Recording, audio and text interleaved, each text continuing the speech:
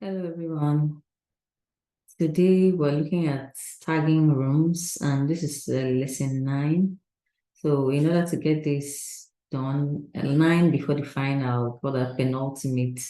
So for this, I'll go through my workflow and then I'll end at the goals for today, which will be to show us room tags, to show us how to use text in the floor plans, how to annotate them. So what you see on the screen now is a survey plan. So I'll take us through my workflow from sketching to AutoCAD to the Revit interface. So when I have my survey plan, I'll show you I had to do the sketches. So this is not a design class. You have to sketch and try to organize the rooms based on your knowledge of the room area, the circulation, the bubble diagram. So just examples of the sketches I had to go through. So the computer will not think for us, but will think and then use the computer as a tool. So in AutoCAD, I have this I need to make this survey plan. And this line here is showing us the north direction. So let me take this into the AutoCAD view. So I have my settings on the millimeters and I'll paste the image here. And so we can place the image in the space so that we don't go back and forth there. So this is the north arrow. And in order to draw the survey plan, I always start from the next line after the north arrow. So remember our angles in AutoCAD are if you put them anti-clockwise, that is putting a minus before the number. So for this, I'll go to line or type the line on the keyboard. I click and so I'm going to say shift at the number there is 27,600 and then shift the less than symbol is for angle and we have minus 149 points. So we need to get the degrees by dividing 37 over 60. So I'm going to my calculator to say 37 divided by 60. And that gives me 0.62. So this will be 0.62. Say enter. And then the next one is shift at minus 235.12 divide 60 will give us 0.2. So 0.2, enter. Okay, so that didn't go well, so Control Z. And I'm starting it again. The first one is, so for drawing these angles, I'll put off my auto mode and go to shift at 2,7,600, shifts and then angle minus 149.62, enter, shift at 49000. So we're changing meters to millimeters, and then shift angle negative 235.58 over 60 will give me 0.97. So 0.97, enter. So I didn't put the 49 well before. So shift at the third one is, I'm zooming in, 23 meters is the length. So 23000, and then shift angle. Our angle is a negative 320 point. What is the minutes? Oops, I have put it. So I'm going to look at the original image now. 12, 320, 12. So 12 was a 0.2. So 0.2. And then shift at the next distance is 46,500. 46,500. And then shift angle, I'll have that negative 56 point. So let's get what 24 over 60 will be.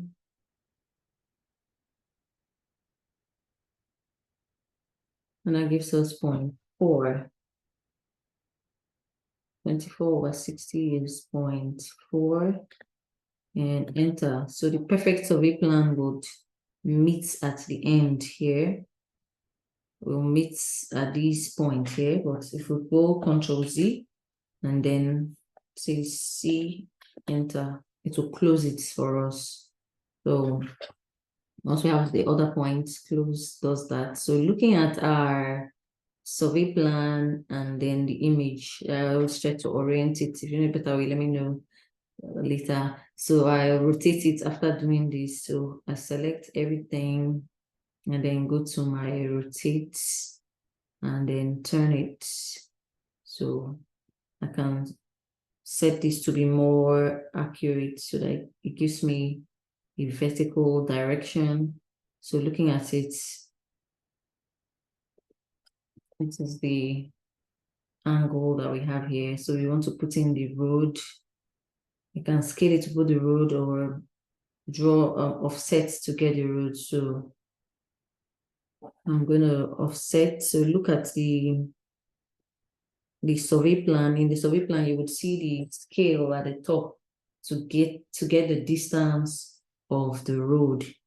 But if I have to assume the width of the road, that is looking at the distance from the width of the road to the width of the land, I can make it 7 meters and say offset by 7 meters, and then have the road here.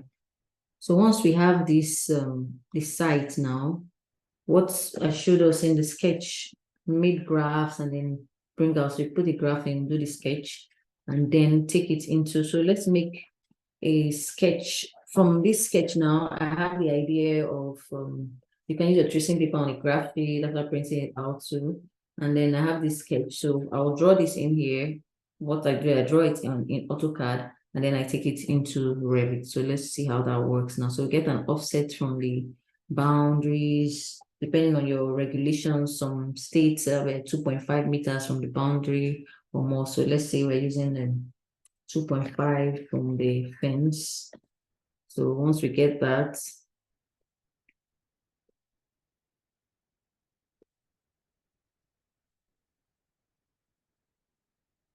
need to zoom in, select. And then one thing I like to do, because I'm working in Revit, I want to make the longest side horizontal. That also helps me to lay out in the landscape properly.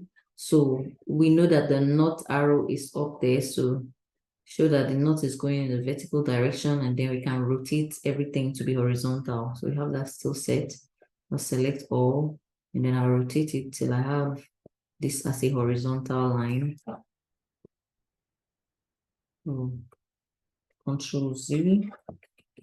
So I want it to be a horizontal line. Let me check the degrees. I know I was 54. So to get the angle, annotate in angular 52 lines. And that gives us 39. So we can rotate it by 39 degrees. Let's select all. And then boom, rotate. So usually, like we said, minus 39 will be the number to put in. And then now we have it horizontally. So now we have put our offsets based on the sketch that we have. We want the building to be more towards this side. So I'll get the horizontal line that works here. So this is like the longest portion of the house. So make a 90-degree this way if for ease of construction. So I'm putting this off so that my line will be free. So look at the symbol. So it will always snap, show the tracking. And then you know that you're at 90 degrees there. Now I'm going to move this to the edge now. We are meeting the regulations. So now I can start drawing in what I have sketched. I'm looking at a 4-bedroom plan. So we have some rooms at the back, kitchen. So I'll sketch it, let's say If we want to have a width of the room as say 12 feet or 3.6 meters, I'll add the wall thickness 3750 over here, and then go in the other direction too. So hit your keyboard to repeat a command, and hit this keyboard again to get that. And so for this, I'm going to make the toilets in between the rooms, and I'll say 1/8. So offset by 1950 when we add the wall thickness.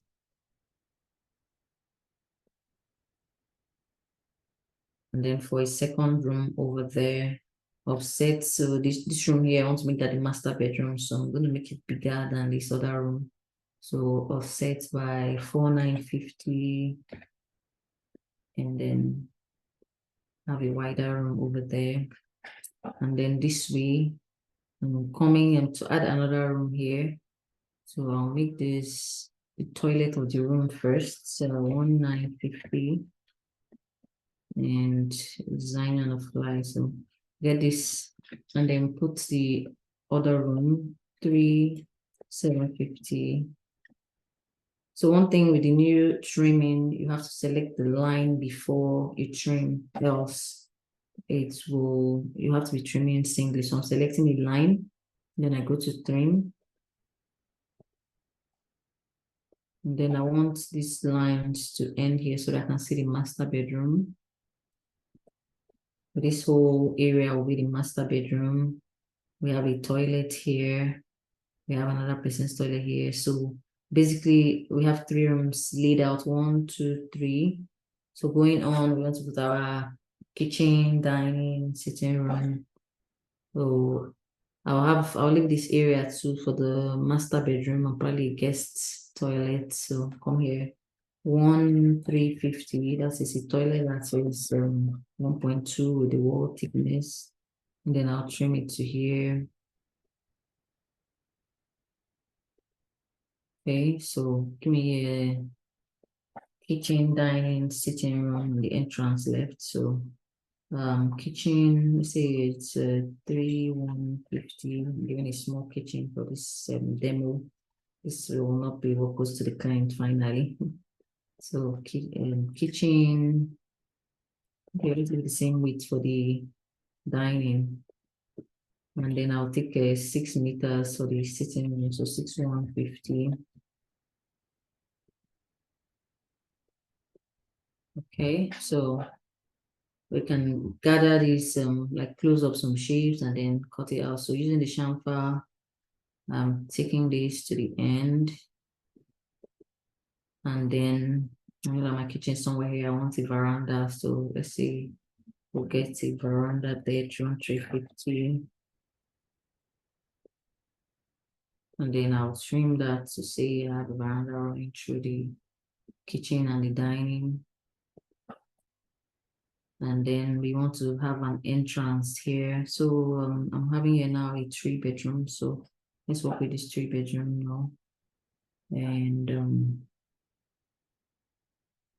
we're going to put an entrance somewhere here, and then tidy up the room. So trim the outer and draw a box over the lines to trim them. Trim all this off.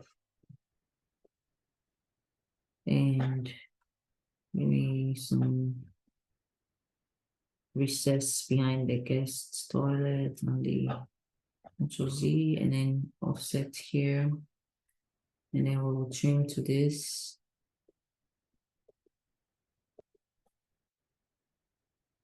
Okay, so let's create an entrance here and an empty room. So I will flush with this wall for my entrance, and I will trim this off. We're saying that we have a kitchen and a dining here. So if we want to extend, I select this, and then I'm extending it to this line. I click on it to select the line. And then I will trim. So this sort of becomes access the circulation to the house and to this room. So we have 2 rooms here, 1, 2, 3 rooms here. Let's say this one is longer than others. And we have this. You can come over here and give the kitchen a store behind here. It might not have lights, but some storage there. And then put a line here. Usually you want to get the middle of the room. So if I cannot get a new line, I can do this and divide this into two and delete it so that way I can have one side facing the kitchen as a store and have one for accessing this room. So I want to split this into equal toilets and closets for the rooms. So extend to the other line. We always want to extend and not drag the line so that they remain straight. And so kitchen, dining, living room, entrance. So entrance should go to an anteroom to the sitting room. I would have spent more time working on this dining aspects. But for now, let's work with this, that we have an entrance and we have this, or we can still, since we're going for a 4-bedroom, we can extend this because I want the entrance to be closer to the sitting room. So with that, let's see, take this, delete this, and then we have a second room. And then we have, so Control Z, let's move this here. So all I'll need to do is to do this, use this other grid. And then we are entering now here, and then we can extend, make it bigger, place for steps or something. Coming here and trim this off, and then hold down shift. You can trim and then hold down shift, and then we can extend and then trim off here too. So this becomes the porch, and we go in here. Then we can go to the guest toilets, and in some cases, people want the guest room to share the toilet. So we have a decent looking plan. I'll trim here. Sometimes I like to do parking and once I'm making a video. I like to show the parking and the area circulation around the site. So if this is the entrance, you can get a line to guide me. Let's extend to here. And then select this. So this will guide me to say I'm making a parking for cars. The car length is 5 meters. So I've set from here 5 meters for the car to coming straight and then turning. We can make it more since we have more land. So give another 5 meters. And then do this. And we can make sure that this is at 90 degrees. And then, so this helps us to do more tracing when we go into Revit. So 2.5 for the width of the car, and give as much cars that you want to put in there. You can stop at 4 cars. And then okay, mix them up. Yeah, so we go to fillets and then pick a radius. The radius can be 2, 5, 0, and then select this to here. So we have that radius, so it will change from the green to the paved areas. So let's keep this way, and then make a driveway to get into the compound. So offset by 6 meters, there's nothing less than 5. So we'll go here, extend, and then trim.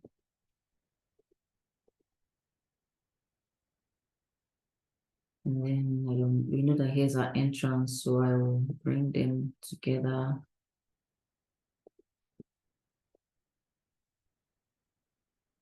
And then make the curves at that area.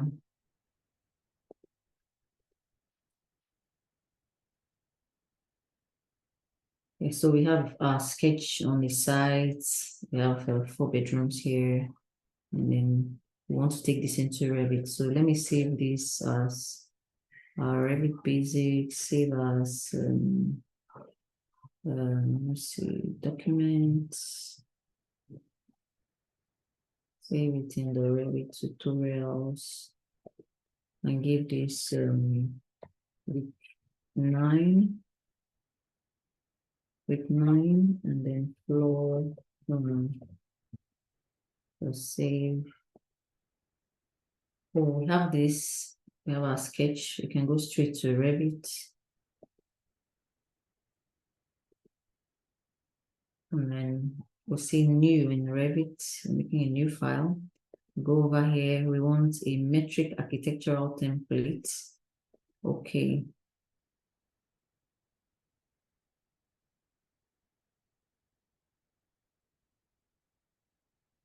So once we're here, the regular things will be to save this file, give it a name. So I'll put this in the Revit Basics 2, Revit tutorials, and we'll say week 9. The Revit file. And I can go into identify folder so that I remember later what we have. Okay, so save. And while I'm in Revit now, I want to get my AutoCAD in. So I'll go to Insert, Import CAD. And I'm in Revit tutorial and I see, what did I name it? Week 9 floor plan. Under here, we want to select millimeters as our import unit. Positioning, we can allow it to automatically place it in the Revit file. So the important thing is to make sure we have our units. The color can come as it is, and I click on open.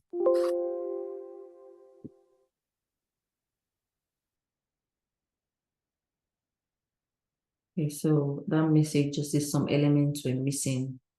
So when I've seen the file in here, and when it comes in, okay, in the cupboard, check the cupboard, leave the bag.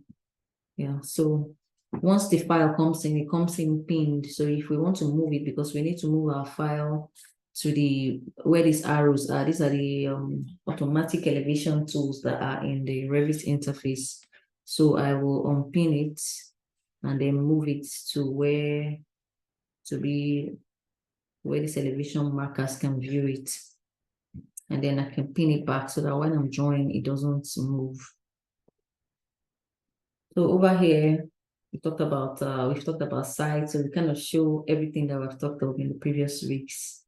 So while this is on, I go to we have our project browser and then the properties. So in the project browser, at the site level, we see our join shown here too. If you do not see it, it means you need to go to the settings where we have our properties. Go to the settings here and look through and see what is our range level. This is unbounded. We're looking down.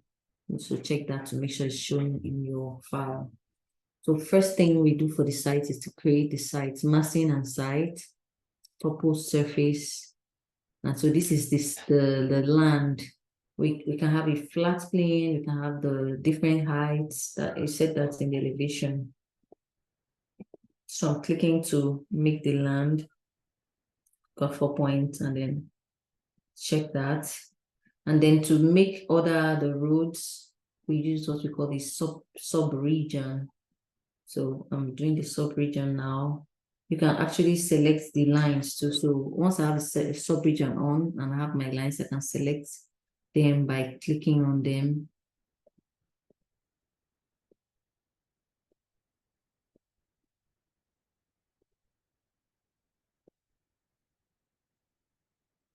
So I'll close these lines, make sure that they are closed, and then select these ones and extend them.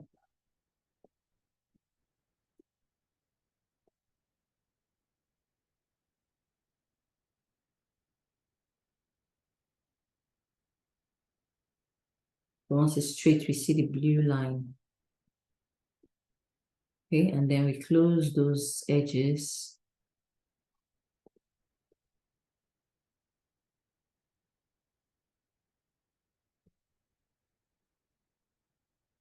And then check the green mark. So it says the lines must be in closed loops, and it will show us where there is an error.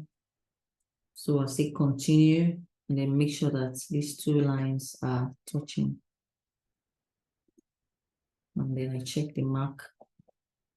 So we have our paved area, we have our site. So looking at that, we click on the house icon, and we can see the site. Remember to, at the base here, we can see, so with the cube, we can see it in shaded mode. We can see it in a realistic or consistent colors. So we see that everything looks like one material. So it's for us to assign materials to the surface. So this, I select it, I come to this, usually you will not see anything there until you click in that space, then it will take you to the materials. So once I click on that, it will show me where I can select the material palette. So I go to concrete, I want it to be concrete side, concrete casting, okay. So we see that the material changes to concrete, and I want this to be grass. I come over here and I click.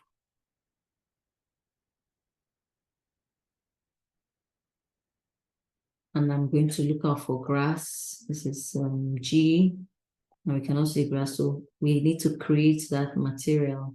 So put a plus here, create new material, and it automatically shows the default new material. And we go to the libraries to assign the material. So over here, we have lots of material that we can bring into our workspace. So search for grass. And then we will see all the variants of grasses that we can apply to our project. So click on the arrow, it says replaces the current asset in the editor with this asset. So I've moved that in here, and then I can rename it with that particular grass. It says Bermuda. So rename this to grass Bermuda. And you can close this and apply this. Okay.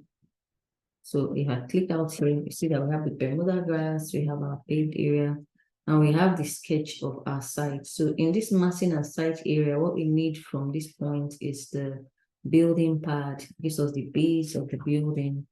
So I go back to sites. I set some, so one thing I'll mention, if you want to put in the walkways, another what you use is the split surface to place the walkways, and then you can use walls and set them to make curves. So for the building area, we want to place a building pad. And so we mentioned that for every object, every element you're placing in Revit, always make a duplicate so that you can adjust the settings.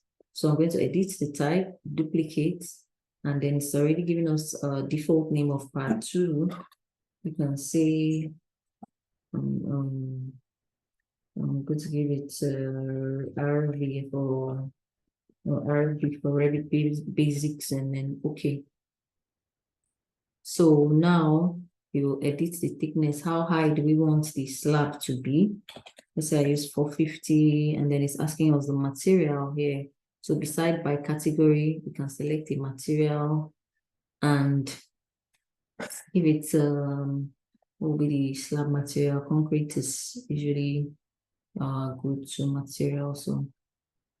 So concrete cast in situ and okay. So yeah, so we have material, we have thickness.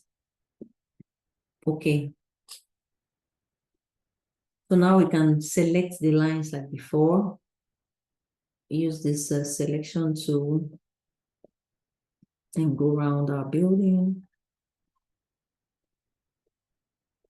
And make sure to get the edges.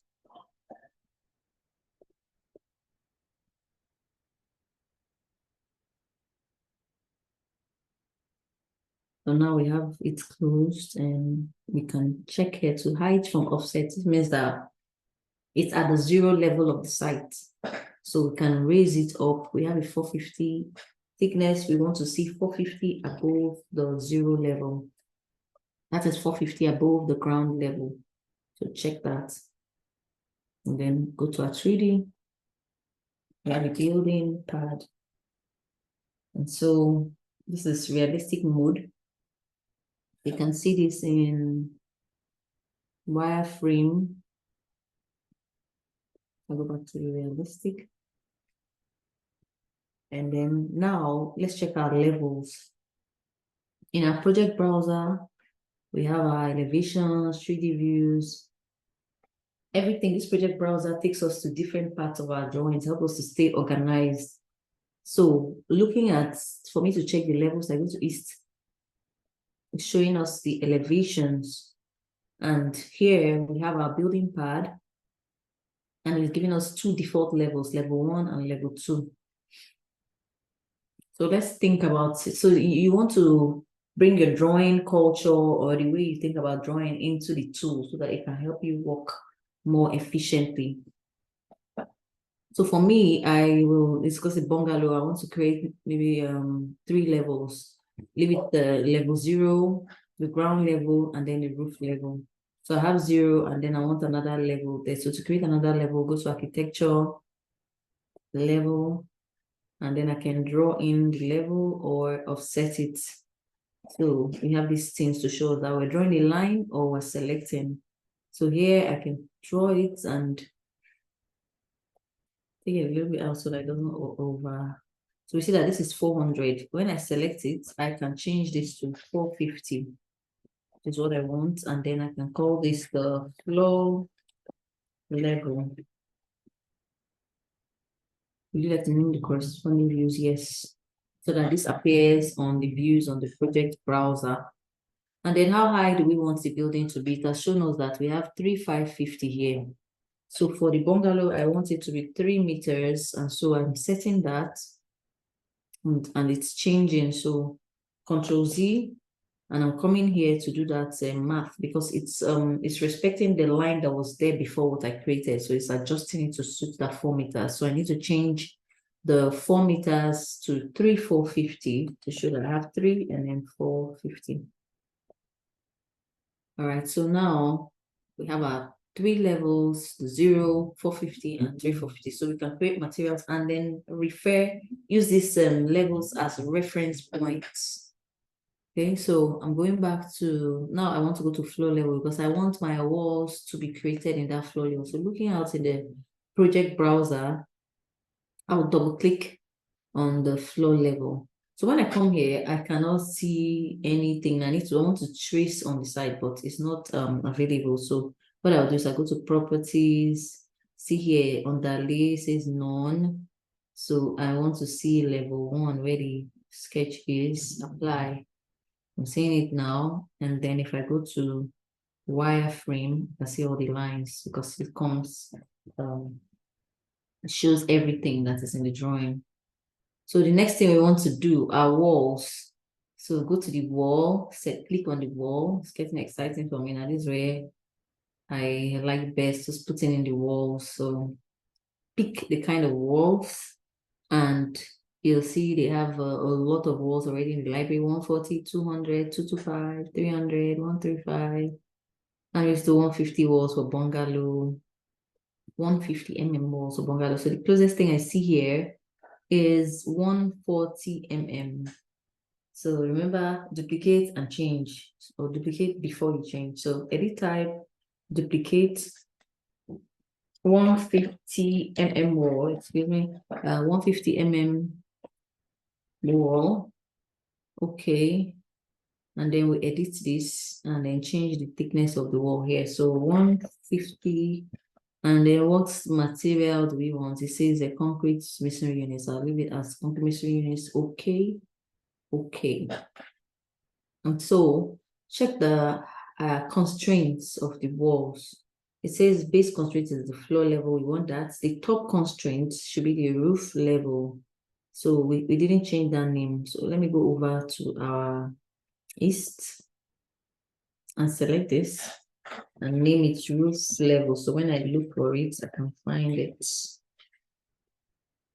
Yes, I would like to rename. So I'm back to my floor level where I wanted to create the walls.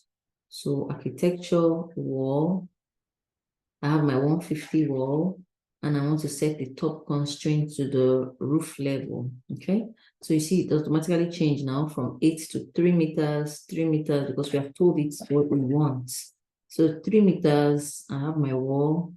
How do I want to draw the walls? I can draw it as a line, as a box, rectangle, as an inscribed polygon, as a circumscribed polygon, as a circle, as an arc, a start end radius arc, the center end arc, as a tangent end arc, as a fillet arc, as an ellipse, as a partial ellipse, peak lines, or peak faces.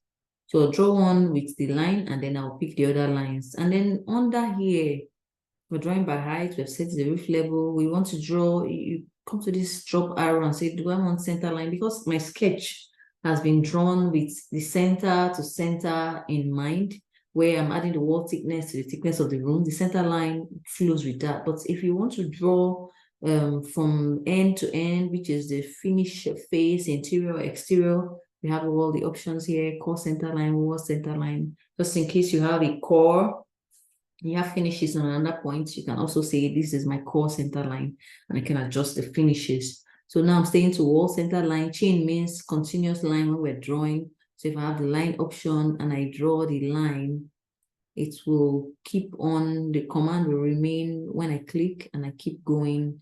That is the chain. Okay, so I'm drawing this now. I can go to the pick tool and then I pick my lines. I'm picking the lines now. So once I pick them, I will use to adjust them later.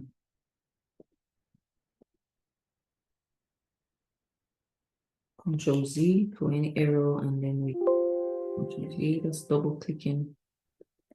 So select this line here, here. There's an overlapping line, so we can draw that in later.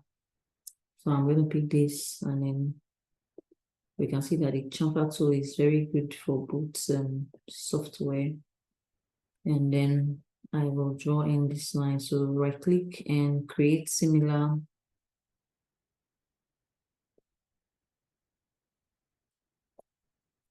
And then I want this corridor to be continuous. So I'm going to drag this. So we have our walls, and we can look at that in 3D. And hold down shifts, press your scroll down and scroll on the mouse, and you can rotate and see that we have our walls, we have our entrance, we have the walls. So let's put in our doors and windows. Today we want to focus on the room tags. How do we name these rooms, room tags, and then put that in a legend. So floor level, we have our rooms, and then let's put some doors and windows on the roof. Then we get to the room tags. So I'm going to, for the door, we have the different types of doors here, starting from a width of 762 and a height of 32 meters and 2.03 meters. And then we go up to the height of 915 to 2134 mm here. So usually we always work with the 9 and 2 1. So I'm picking this, and then this is the dining, this is the kitchen. So I want the kitchen to be accessed from the lobby. I also want the kitchen to have an exterior door. We will connect the dining to the kitchen. And then I can swap the direction of the door. And we have a store here. So store doors and the toilet doors will be smaller one. So for this room, we're having an access here. We're having, okay, so here we can access this two here. This is the master bedroom. This is the other bedroom here. This is the guest toilet. So for something like this, we can always have another split this. So Control Z. I'm going to remove this and I'm going to split. So go to modify. Use the split command to split the wall. Select this and delete. And then we can create. So we can create a recessed wall here. Because there's a long space here. Create some similar command line is still on. And then we can have, then come here and say create similar. So we have that door there. We have master bedroom. So let's say we have huge toilet, master bath, and the closet for the master bedroom. And this other room has its things here. So I'll have a toilet for this room here, create similar. It always shows us a distance from the other wall. So I'm going to split here too. So split.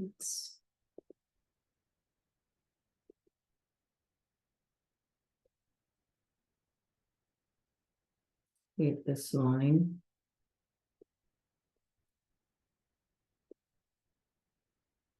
Okay, so create the door. And then we have, so I've made the room doors. So we want a smaller door for the store and the toilet. So we can pick an 864 door. And then we go to our toilets. I'm placing these arbitrarily, but still looking at the dimensions, which is one cool thing about Revit. You can see the dimensions from the edge. We know that we want, sometimes you want to centralize it. It gives you the center point. For this, I'll use a double door. So let's take that out. And let's put the doors for other toilets. Here. And then the smaller rooms have smaller closets. This is the toilet for this room. This is the closet for this room. And so when we want a door that is not already in here, we go to insert, load Autodesk family. You have to log into your account for Revit and then look out for the materials in the library. So let's say we want this kind of door or this kind of door. This will be the interior double doors. So I will select this, and then this will be the exterior door. So I have, let me take them one after the other. We want the exterior door first, and then we can pick what kind of door do I want here. So let's say the 1.5 door, okay. And so if I go to auto architecture and door, I can put a door here, and then the interior door will come next. So insert, escape that, insert, load Autodesk family. We're packing the doors, and we have an interior double door. So load. I'm picking the 1.5 also. Okay. So architecture door. I have this double door here, and I wanted one for the closet. Just feels grand to have a double door into your closets. And then so watch the door swings. These two hit each other, and we know that external doors are to open outside for the code, so we do not have any clashes. So the dining to the sitting room is where we want to also split. So while you're drawing, you're thinking about these things. How are people going to use the space? What is the experience that you want to create in that space too? So here to here, we're opening up this dining to the living room. We have our doors in place, so we're missing any door. External door to kitchen. Okay, so now time for windows. Let's look at our doors in 3D. They look all right. Okay, so we have our doors in place. So we go back to the floor level and we want windows now. Select the window under architecture, come here and see, do we have windows that we need? We can use the casement windows in this case, in this instance. So we have a seal height set for us at 900, and we're having 12 by 15. So let's place one window and see how does that work for us. Well, that is the center, and this window is appearing with a tag. So I can go to the edit type, duplicate before I change any settings. Okay, so this is our first window, so we can see W1 for the name. Okay, then look through, the width is 12, height is 15. If my lintel height is to be 21, I can swap these dimensions to let's say 12 for the height, and then the width can be bigger, so that I have a probably 18. So okay, check out. So things we need to look out here: the construction types. If you click on the arrow, you will see picture frame with seal, picture frame with seal for the different types. So you take your time and see which impact or which kind of effect are you trying to create with that. Keeping the default.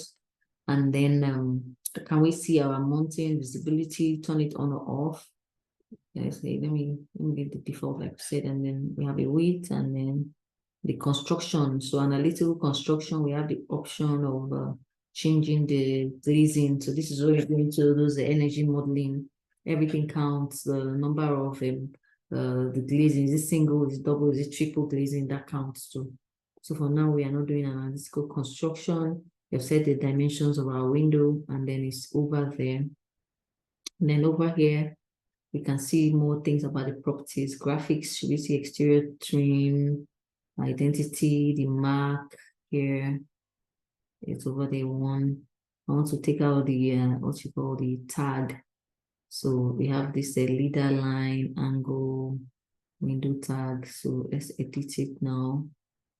It's telling us there's an arrow, the leader arrowhead none, or should we have box field? Let's see what that tells us. So okay. So usually I hide it at this stage. So hide in view this element. So I put the window, go to 3D. How does that look before I take it to other places? So floor level, create similar, and then we are looking at cross ventilation, telling us the center of the room. So we look, you see 900, 900 at each side. This is 900 at each side. I'm coming to put that in dining, sitting room, 900 from the edge here, and then 900 from this edge. So if I click and I want to change that, if I select the window, I can move it to show me the distance. Let me close this. So if you double click, you take into the family of the window, and you can do other changes, but I've not made any changes, so no. Here, so like we said, let's hide these tags and hide in view by the category. So that takes everything away. And what's the next thing to do? Other types of windows. So 3D, we're seeing the bigger windows. We want other types of windows. For our kitchen, we're looking at we want the workspace. So our seal level will be different. So if I go to architecture, window, we have a W1. I can pick so kitchen windows. By the time we separate, we subtract 1.2 from the 2.1, we have 900. So I'm picking a window that has let's say 815, and then change the seal height to 1.2. And so I can place this window here. So opens outwards. So we don't have a window here. So create similar. Place this window. So the last things will be the toilet windows. So for the toilet windows, go back to window, and I can edit this type. duplicate it to make the toilet windows. So I'm going to call this the W3. Okay. And then I have a width for that window. Oh, it's a 600 by 600 for the toilet windows. Okay. And so my sill height, 21 minus 600 is 15. So that will be the sill height for these windows. And so we can place them now for the guest toilets. This is a closet, so I'm not putting a toilet window there. For the master toilet, for this bedroom toilet, and this one. And then we have a store. Sometimes people do windows for the stores. Okay, so I see that here was supposed to be our store. So I'm going to put a door this way. So delete and then put a door from the kitchen side. Create similar, and then this is our store. Flip the door. Okay, so this room can have a closet, or like call it wardrobe, by extending this. So check that it is up to 600 with annotate. And here to here to 625. Some people actually do 700, so we can keep it on. We're also drawing the lines, detail line, and do this. And so you know that we have a wardrobe for this room, and this is the toilet, and then this is a store for the kitchen. And so we talked about what do we mean by room tags? So those room tags help us to quickly generate our dimensions for the rooms, the room areas, the volume, and then the colors that will depict each room. So in order to do the room tags, now that we have our spaces, what we need to go to architecture, room. So if I click on room and I come here, it tags the room. So let's look at one first, and then we can go to others. So if I click in this space now, I can change the name to master bedroom. And then it's giving us a number. At this stage, I normally hide the number here too. So over here, if we edit, so click outside, escape. Most times we can escape to come out of the command. So if I select it again now, edit type, we can see that anything we want to change, we should duplicate. So room tag for Revit. Okay. So look at that. It's telling us, do we want to see the volume of that room? Do we want to see the number? Do we want to see the area? I'm checking all now. And then here it's asking, should there be a leader arrow? So let me put something here when we say, okay. So something not computed, the volume is not computed because we do not have a roof over the building yet. So let me undo this and then put a roof and then come back and set it. So at our roof level, project browser, roof level, where's my roof? Roof here. And do we want overhang? This is a simple house, so 600. And usually we can pick to be faster. We pick it to remove the offset. So I still can put it back and then do that offset for our roof. We're on the roof level here, here, here, here. And then I'm going to chamfer to close them up now.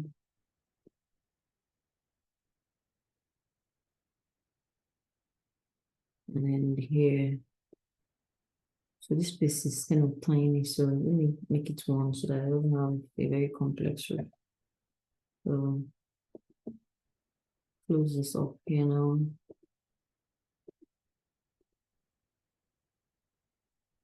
Okay, so we have our roof layout, and then we can click on green, check the mark, and now we have a roof. Remember to set properties. And the properties, I think it's stuck now. Okay, so select the roof. edit type, duplicate, roof, RV, okay. And then edit the structure of that roof and give it the same, and then change the material to print tile. Okay. And okay, so we have a slimmer roof, and then we want to do that concrete fascia. For this entrance, I will not. Okay, let me try and put columns today. I've been avoiding columns. Anyway, let's go to the roof level, do the casing, and then to do that, we will go for model in place. Say case work. Okay. I'll be okay. And then we want to make a sweep. So sweep means we're going around the structure without our profile. And then we are picking the path. So wherever we pick first, we'll have that place for us to draw the section with the red mark there. So I'm selecting my lines, and then after them I'll finish picking it. I need my profile. I need to ask you, where do you want to draw in this profile? I prefer elevations to 3D. So we're opening a view so that we can draw in our profile. But this is not a side. If east is giving me this, it then means that I want either my north or my south. So let's go there to project browser, north or south, so that we can draw it we can draw in the profile. Okay. So pick a line and then draw. It's like this because the building is not exactly 90 degrees to the horizontal. So I'm trying to make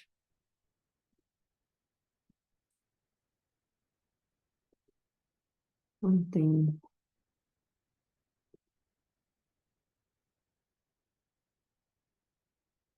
Okay, so lines must be in closed loop. So continue.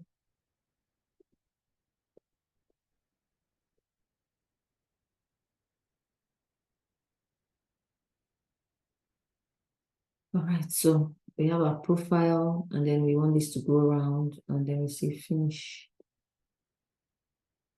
So now we have that concrete fascia around. Let's look at our entrance and create something that will support our roof here. So we said architecture, we want to put some column and then beam. So architecture column, column architectural, and properties of this column, most grades. And so we place it first and then see what we need to adjust. So I go to 3D to look at this column, and you see that it's basically your square column, and it's telling us that it began at the floor level, ends at the roof level. So I can send it to level 1, apply. So now it's starting from the ground up there, putting beams, putting the steps to make it look more welcoming. So on the sides, I see the roof is covering there, and I want to see through everything. I go to wireframe. I can change what I see here by reducing the height I'm looking at it from, or reducing the cut height. So clicking in the space for the site, going to the view range. So remember that always the view range is very important. We have a top, which should always be higher than the cut plane. So now we're cutting at 100,000 mm. I can cut at 2 meters, apply. So that's where I'm cutting through. And okay, so now we're at the lower level, but we're still seeing this casing. So I don't anything we don't want to see there, we'll just hide it there. And so we're talking about a step. You can create a step with the floor, and then edit type, duplicate. I'm going to call it a step. Step 1, we got 450 above, so we're making 2 steps. Step 1, okay, edit. It's already 150. Our slab material is a concrete cast in place. So we're using the same material, concrete cast in situ, right? So, okay. and then it's 150. Okay, and we are going to offset it from the ground by that same 150. Okay, so move this 150. And so I will use the line. Okay, I'll move it because this is the first step. And that step, we usually do at 300. Okay, here, zoom in, 300. Okay, I'll draw it and then adjust it. So here, so if I select this line now, I select that line, I can click on the number and change it to 300. And then we can see that this line is not straight. So let's correct that.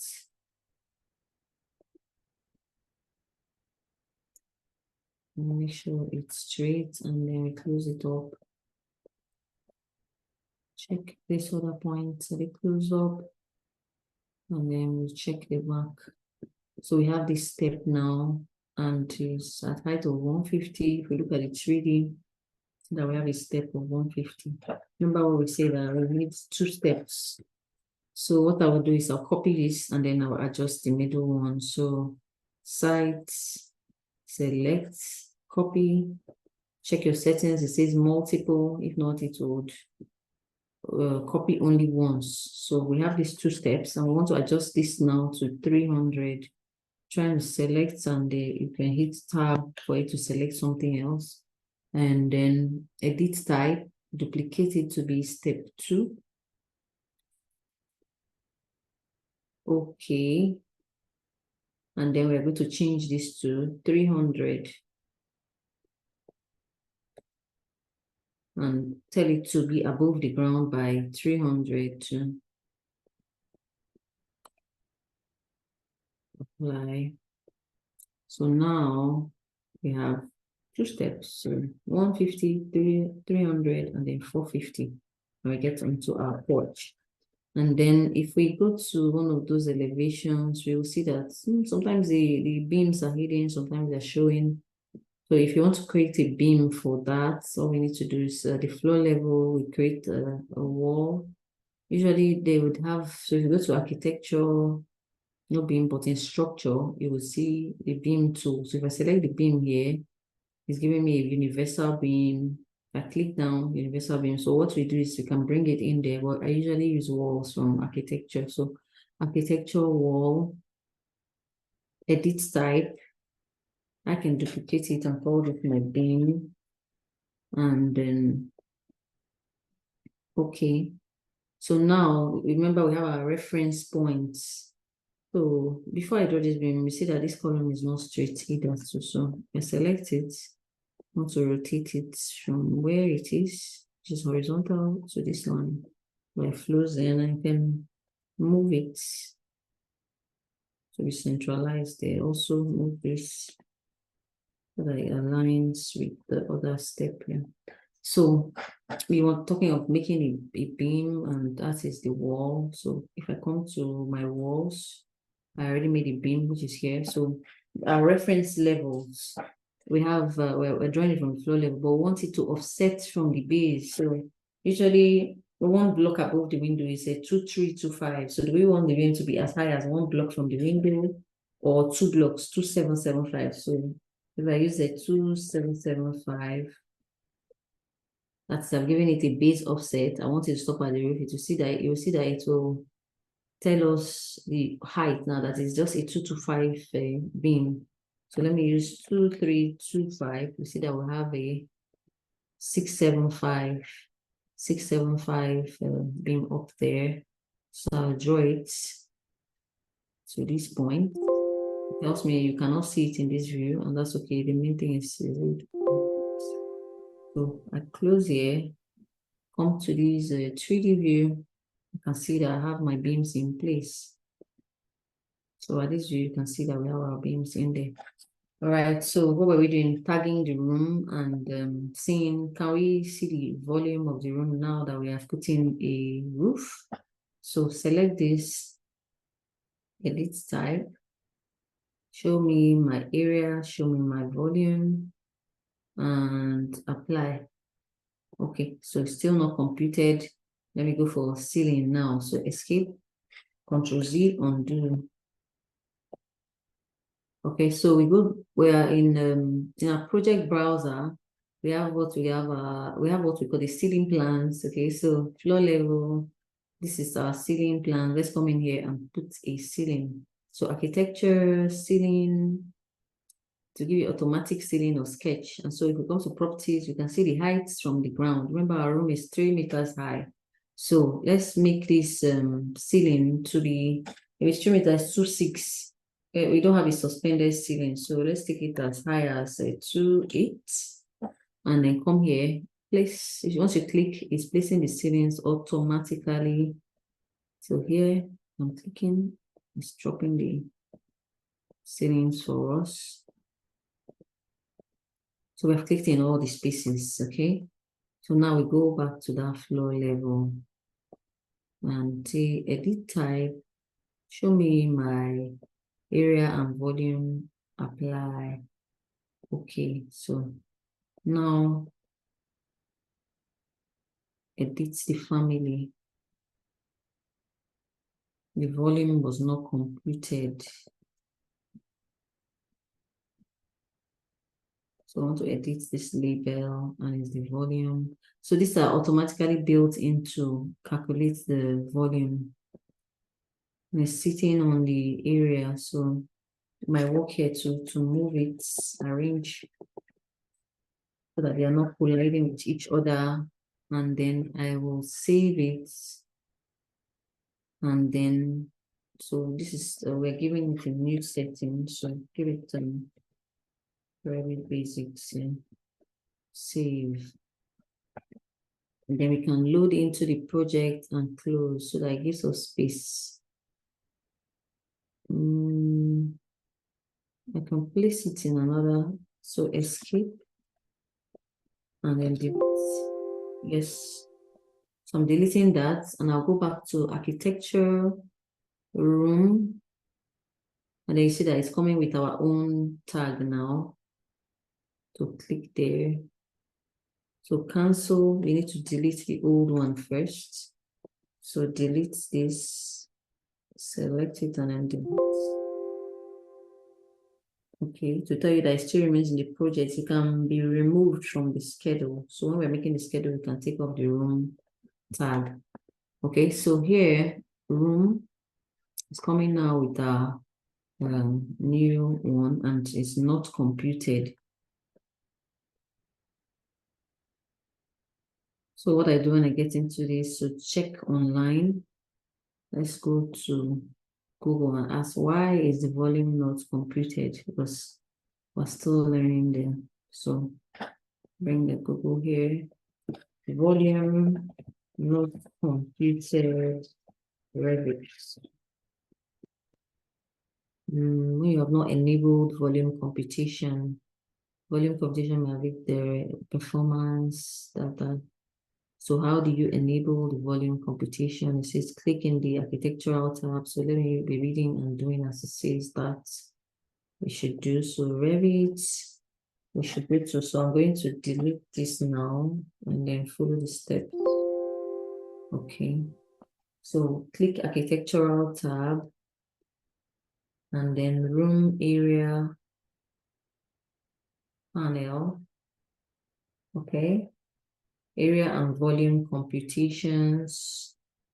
And then select areas and volume at finish faces. It says areas only. So let's say area and volume. And then we're selecting either a wall finish, wall center, wall core area, wall core center. We say okay. All right, so now we go back to the room tags. I'm still seeing the room tag here, so let me delete them all. Okay, so now we can go back to the room and then place it. So we see that because of what we have just selected now, we can see our room number, room area, and then the volume. So here I can hide this the room number so that it's not too crowded. in the space. Okay. So now we have the area and volume. For preliminary sketch, I guess the first sketch I want to show my client. So I will just keep the name and taking away all those areas and all that. So now I see I have the room. So let me change that to master bedroom. And then I can move it to the center. So next tag, I'm coming here now to place. I'll just place them and then I change the names later. So place, and this is the lobby, this is the main lounge. So when we come to this main lounge, we see that it's taking the room, the lounge and the dining. I want to separate them. So how do we do that? I will Control Z for undo. I'm doing that. And then we have what we call the room separator. So this room separator allows us to say this is another room by drawing a line. So I'm coming here to the edges. I'm separating now the dining from the, sometimes some warnings are because we didn't click in the right place. So to let me continue, it was telling me I'm not clicking, this is why it says lapping on the wall. So Control Z, and then I will click at the point that is outside the wall and then close it up here. So escape now, and I go and get my tag back for the room. So I've clicked on it. So you see now that the dining is now separate from the main lounge. I'm going to kitchen, I'm going to store, I'm going to bedroom. This is the toilet to that bedroom. This is another bedroom. I have 4 more spaces, a toilet, a closet, this person's master toilet. So all those spaces are there. We want to get the porch. We do the same thing for room separator, put a line. Come over here, get the edge, and back to the beginning, and then get the room and place it there. So let's start renaming these pieces. So for here, this is working closet. Now we can make that get into the space by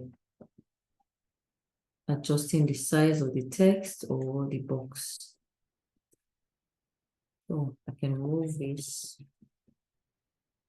Let me edit this and see what happens. Enter.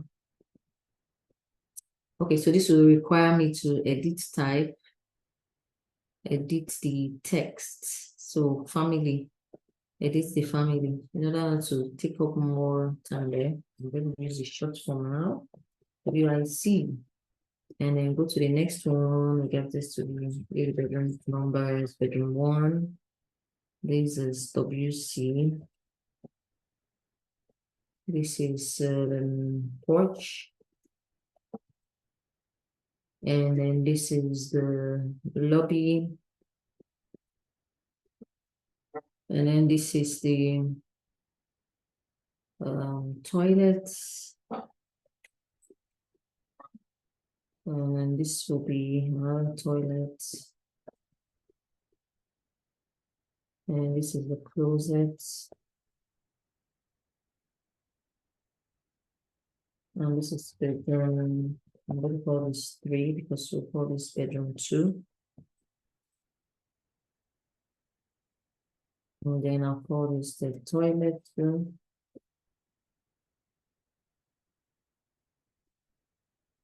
And then this is our store. And then this is our kitchen. And then this is our dining. And then this is our main lounge. Okay, so we're missing an anteroom, but that will require some details. I can actually do that now. So let's say, oh, I think I feel like I need to do an anteroom. I can adjust this by splitting here. I'll split it. And then this is telling us our room separator line is on. See? So I'm going to bring this and come here. And then I want this to be the dining now. I want to create more space here for an anteroom. So that means this will end here.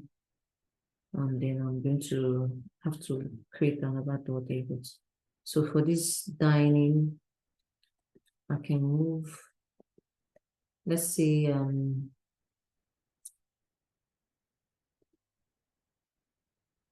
okay, so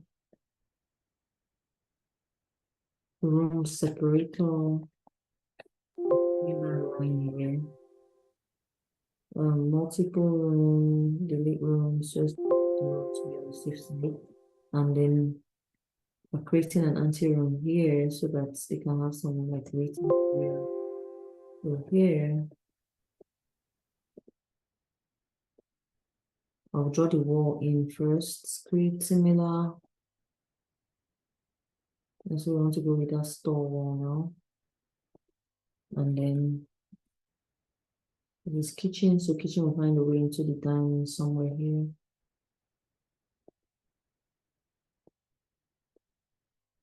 And then room separator. So we have our dining here. We have an anteroom here now. So this gives us a space to move this wall. And we can close this and say this is, no, before we do that, we want to make the anteroom. Remember your guest rooms sometimes are accessible from the anteroom. So I'm going to move this door back a bit and then create similar. Put my wall here so that this separates this room from the rest of the rooms. So now we see that just automatically to that space. So create similar, we have another door here. And then we can make a room here for the anteroom. So architecture, room, okay, here a room. So let's see what happens here. So this space is, we'll need a new room separator for the dining. So room separator for here, here.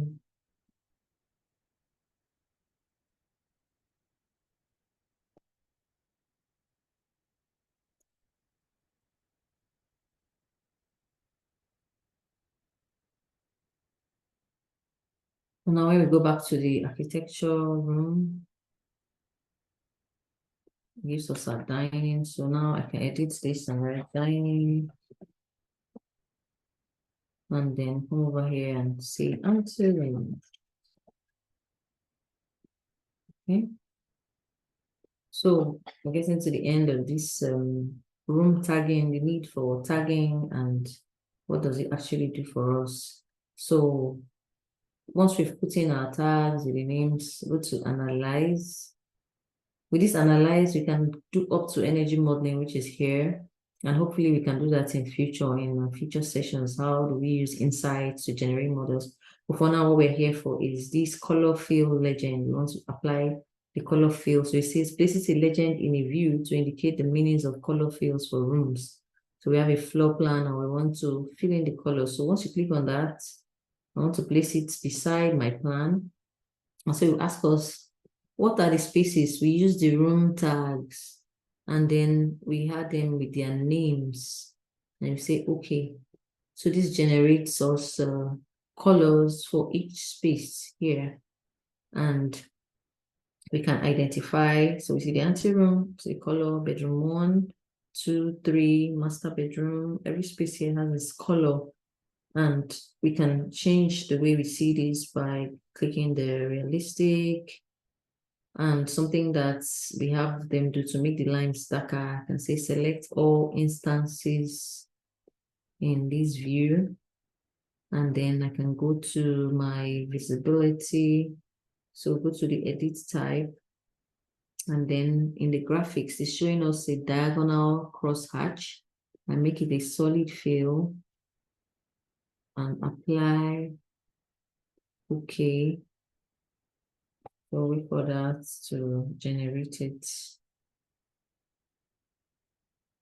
Okay, so I can do that before this. Let's see if that works. So undo the legend, undo this, yeah. So select all instances. Now notice that the two of them do not work, not working really nice together. So when I've done that, edit type, and we're editing the graphics. How is it showing in the plan? Okay, apply, okay. So you see that we have our black lines now instead of the void there for graphic reasons. And then I'll go back to this color fill legend. I'm dropping it here. I'm getting my rooms. I'm getting my names as the color scheme. Okay, so see that that works better for us now. And so we have our tags and the colors in place. Thank you for watching. Let me know if you do it and the things you encounter while doing that. So here is our project.